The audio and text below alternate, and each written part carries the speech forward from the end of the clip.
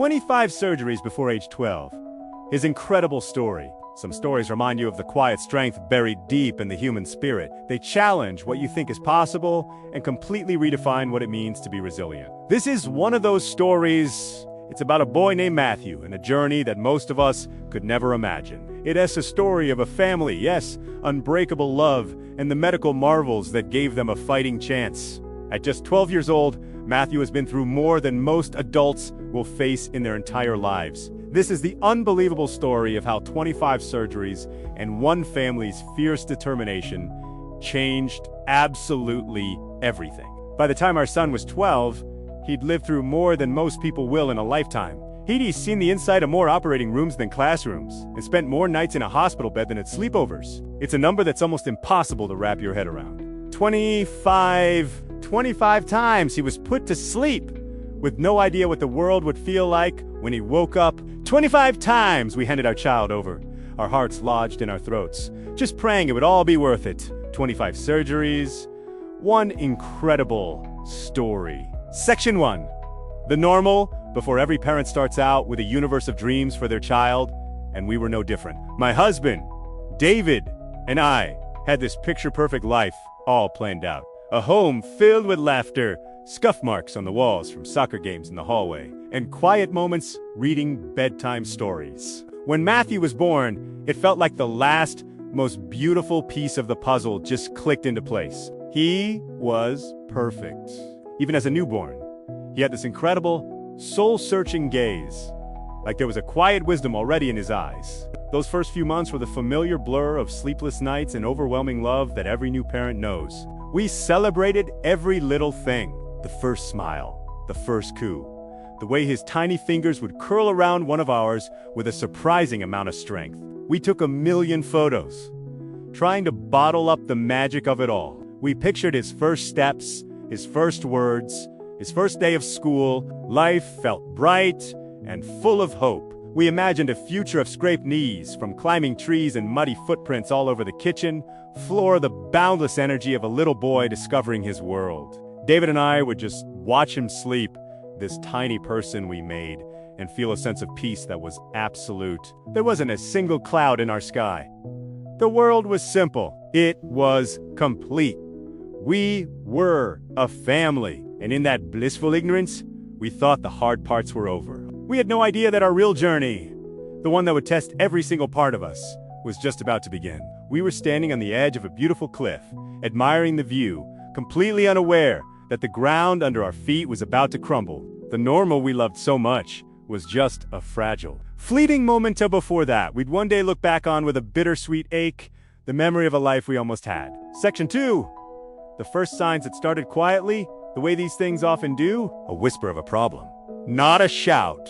When Matthew was just a few months old, I began to notice little things. When I'd hold him, he seemed to get breathless, more easily than other babies. It was a faint, almost unnoticeable struggle for air that would pass as quickly as it came. Our family, our friends, even our pediatrician at first, told us not to worry.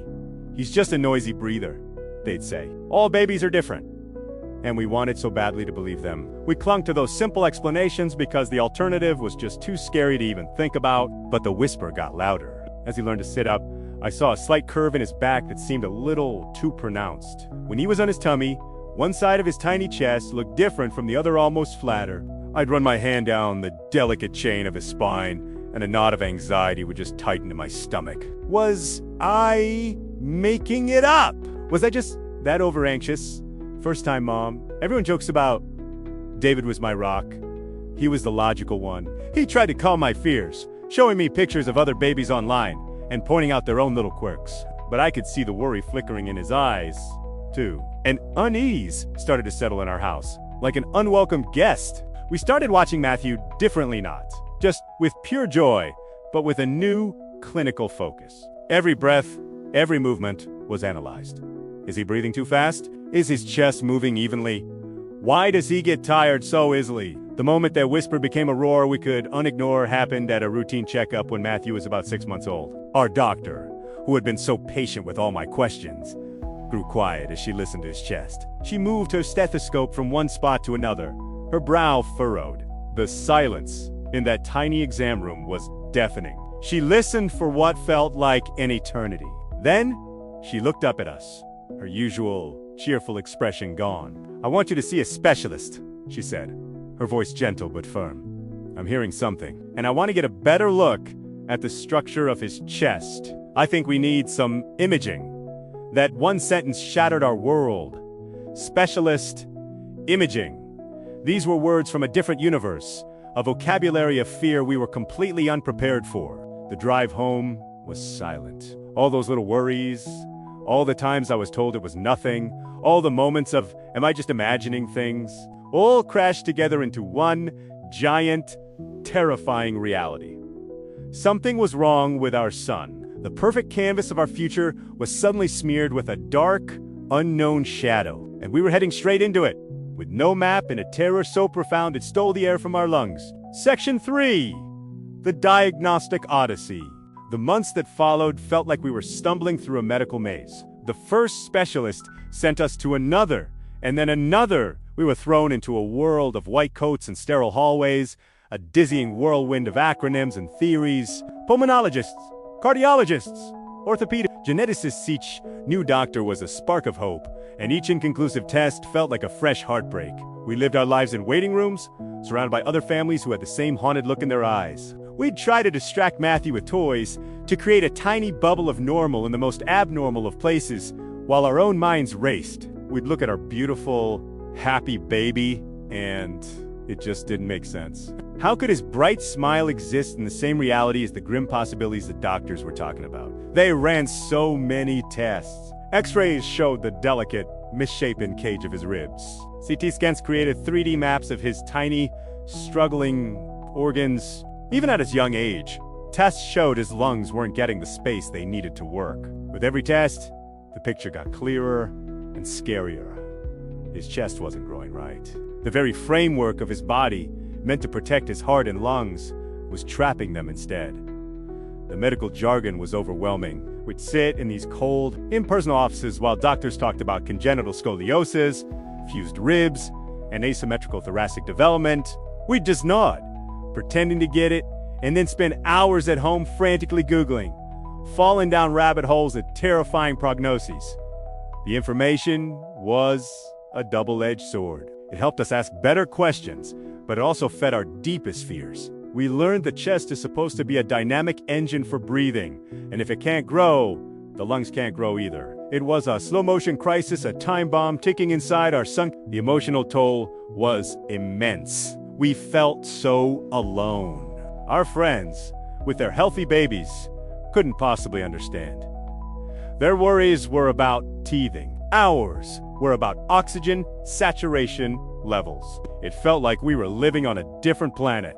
The strain on our marriage was intense. We were both terrified, but we handled it differently. I needed to talk it out, to analyze every word from every doctor. David would shut down, trying to find a solution, a plan to fix what felt so broken. We had moments of anger, despair, and blaming a universe that didn't make sense anymore. But we always found our way back to each other, united by our love for Matthew. Through it all, Matthew was our guide. He was just a happy kid. He didn't know his body was different. He just wanted to play and be held and laugh.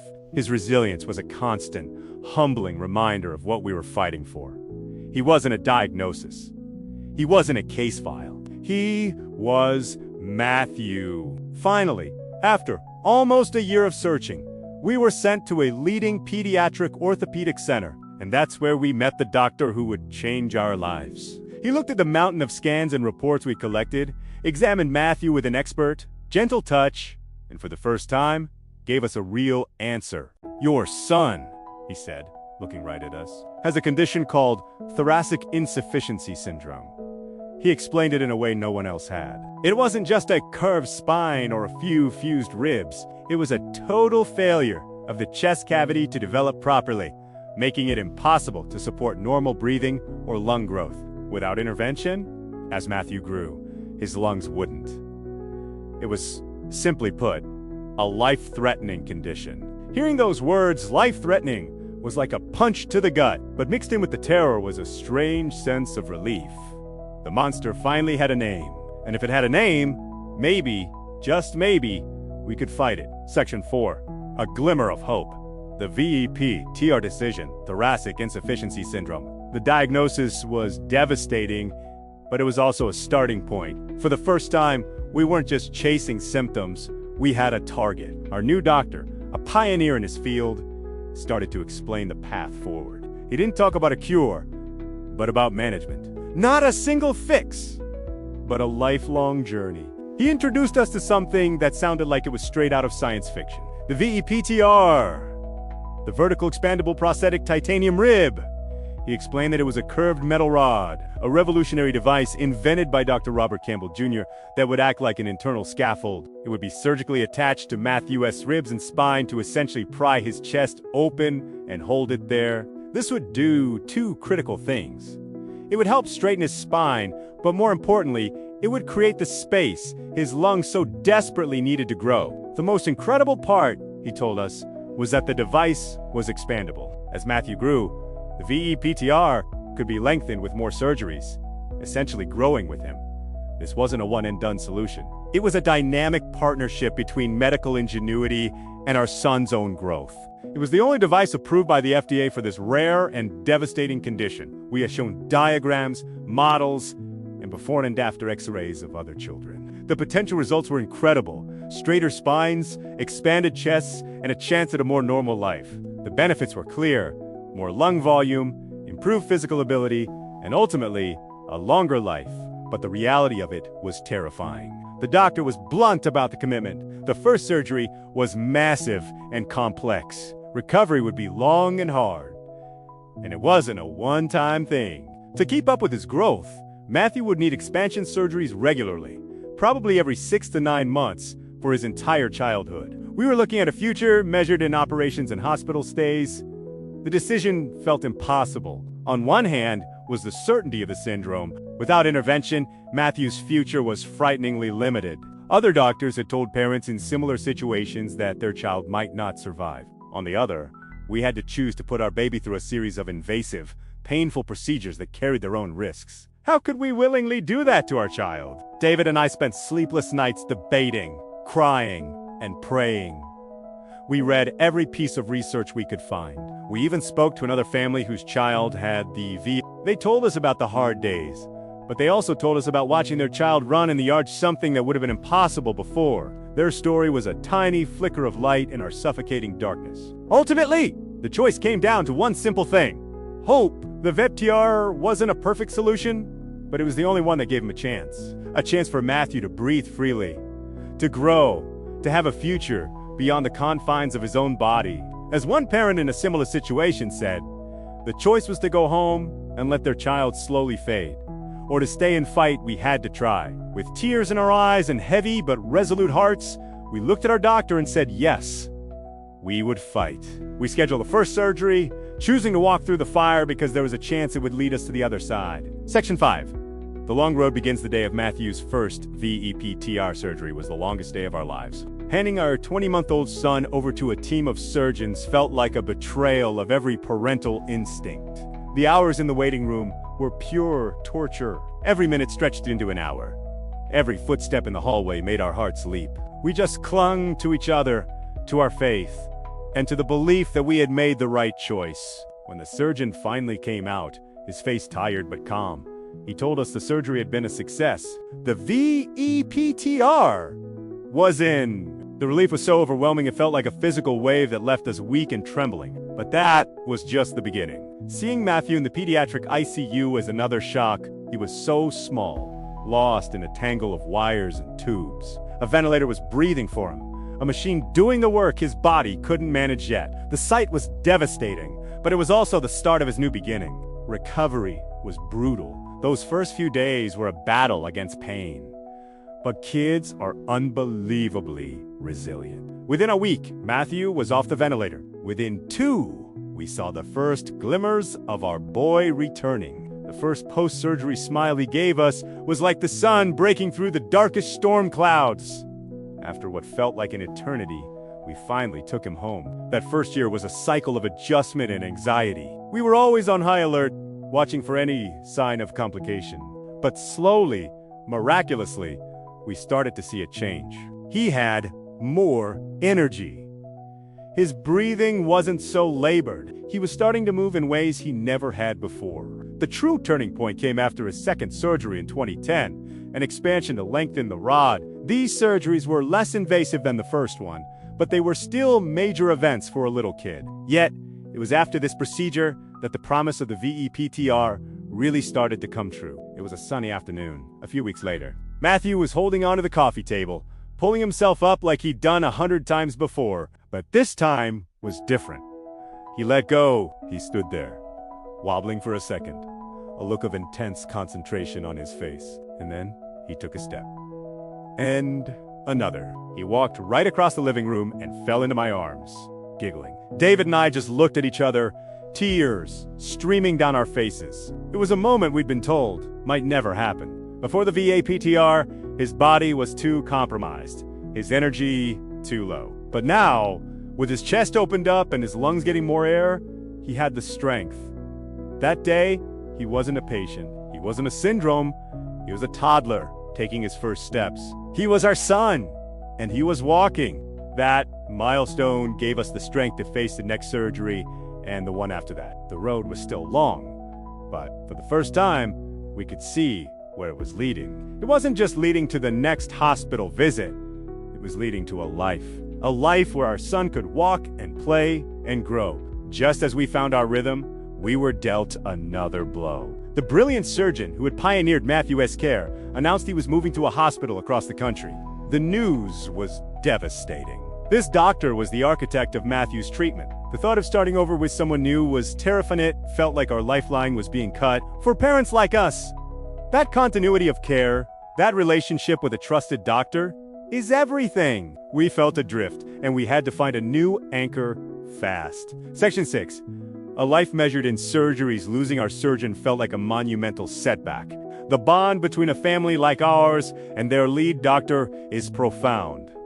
It's built on shared history and trust. We had to start rebuilding that from scratch. We poured our energy into research, making call after call, looking for a team that could seamlessly take the baton. We were lucky to find another incredible team, but the experience highlighted a harsh reality. We weren't just caregivers. We were project managers and fierce advocates for our son's care. This became the rhythm of our lives. A life measured not in birthdays, but in surgeries. Number 5, number 10, number 15. Each one was a victory, a milestone of growth for Matthew. But each one also carried the weight of risk and the pain of recovery. The expansion surgeries were less invasive, often just a small incision in his back. But for Matthew, they were still a significant trauma. As he got older, he became more aware. He started to understand what hospital visits meant. He knew the smell of antiseptic and the gentle but firm nurses all led to a day where he would have to be braver than any kid should have to be. There were tears. There was fear. Do I have to go again? Mommy, he'd ask, his small voice breaking our hearts. How do you explain to a 6-year-old that the pain is necessary so he can run? How do you tell an 8-year-old he has to miss his friend S's birthday party for another surgery so he can keep breathing? We learned to be honest with him. We called the VAPTR his superhero hardware that helped his body grow strong. We started celebrating surgeryversaries like birthdays, marking another successful step. Our family life revolved around this relentless schedule. Vacations were planned in the windows between procedures.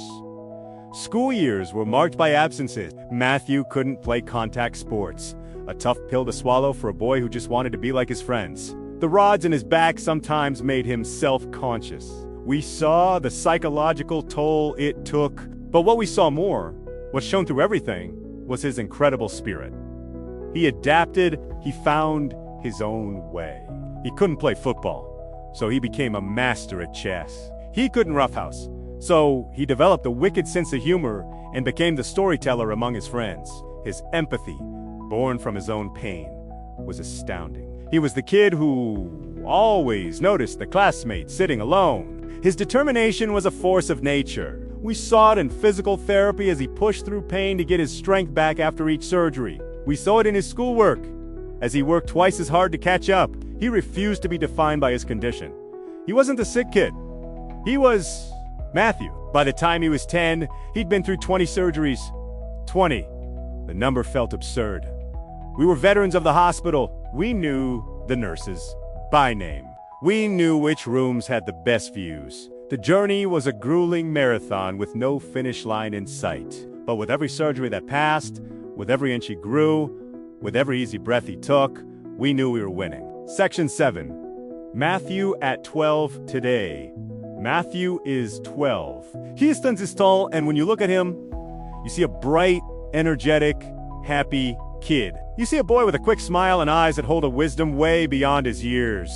You'd never guess his journey to this point involved 25 separate surgeries. His life is the miracle we dared to hope for all those years ago. After that second surgery in 2010, he learned to walk, and he hasn't stopped. He runs in the backyard with a freedom that still brings tears to our eyes. He can eat a meal without getting breathless, a simple act we will never take for granted. He plays with his friends with an energy that was once unimaginable.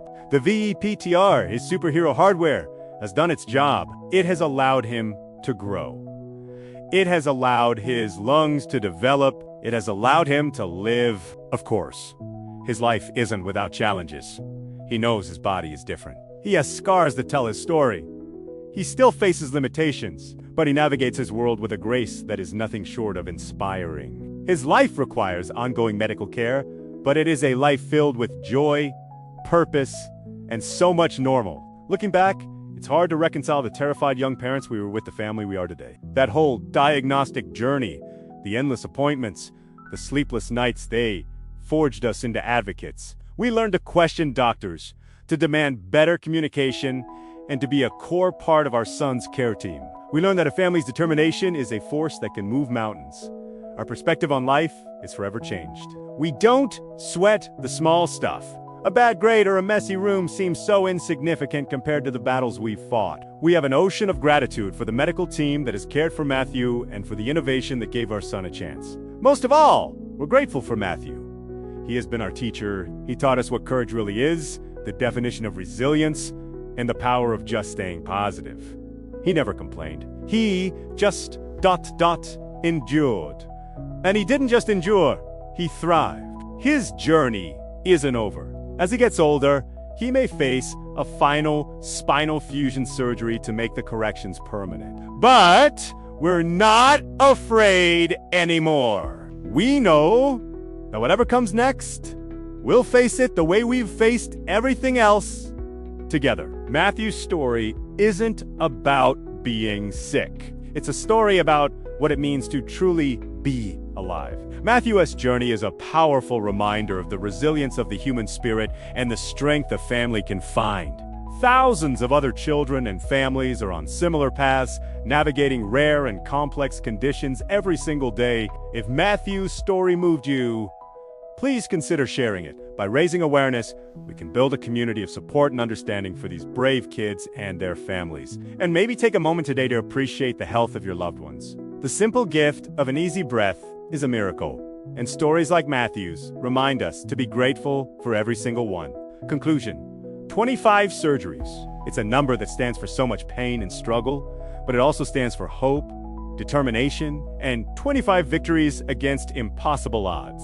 Matthew's story shows that a diagnosis doesn't have to be a destiny. Thanks to medical marvels like the VEPTR device and the unwavering power of a family's love, a life wasn't just saved, it was reclaimed. Today, Matthew isn't just surviving, he's thriving. A bright, happy 12-year-old boy running toward a future that is all his own.